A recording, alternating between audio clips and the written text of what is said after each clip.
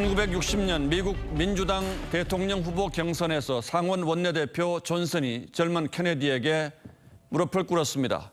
그런데 케네디가 그에게 부통령 러닝메이트가 돼달라고 손을 내밀었습니다.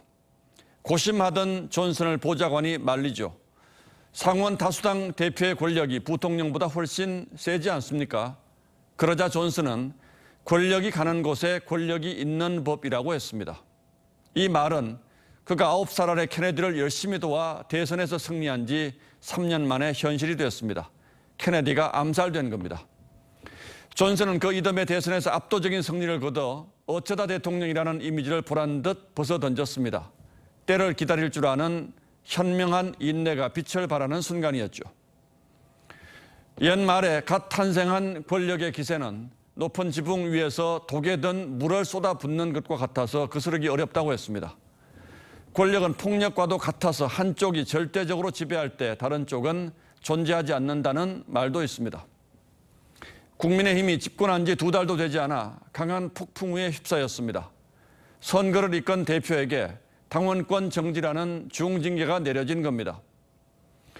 이준석 대표는 애당초 어떤 징계도 받아들일 수 없다는 입장이어서 이제 집권 여당의 앞날이 한치 앞을 알 수 없는 대혼란 속으로 빠져들게 됐습니다.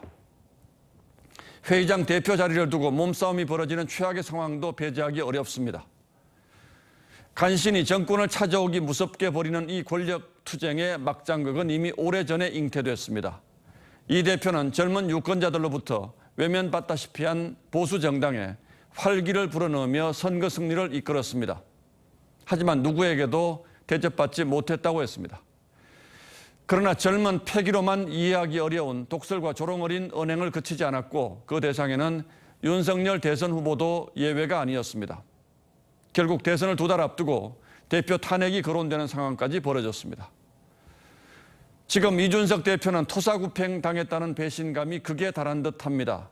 자신의 존재가 불편한 이른바 윤핵관들이 이번 사태의 배후에 있다고 주장하고 있습니다. 앞뒤 정황을 보면 그럴 만도 합니다. 그러나 이제는 스스로의 문제도 돌아봐야 할 때가 되었습니다. 성상납을 받았는지 아닌지 그 문제를 덮기 위해서 무슨 일을 했는지는 스스로가 가장 잘 알 겁니다.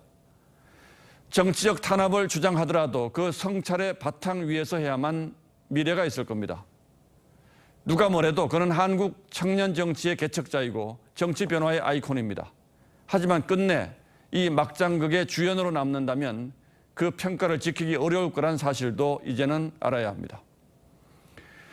고르디우스의 매듭이라는 말이 있습니다. 도저히 풀 수 없는 단단한 매듭을 말합니다. 알렉산더 대왕이 이 매듭을 단칼에 잘라내 아시아의 패자가 되었다는 얘기가 전해오죠. 하지만 매듭을 차근차근 풀지 않았기에 결국 제국이 분열돼 무너졌다는 상반된 해석도 있습니다. 국민의힘이 지금 처한 상황이 딱 그렇습니다. 단칼에 자를 것인가 아니면 시간이 걸리더라도 풀려고 노력할 것인가 어디에서 해답을 찾을지는 스스로의 선택에 달려 있습니다.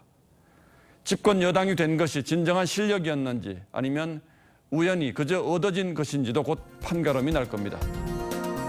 7월 8일 앵커의 시선은 고르디우스의 매듭이었습니다.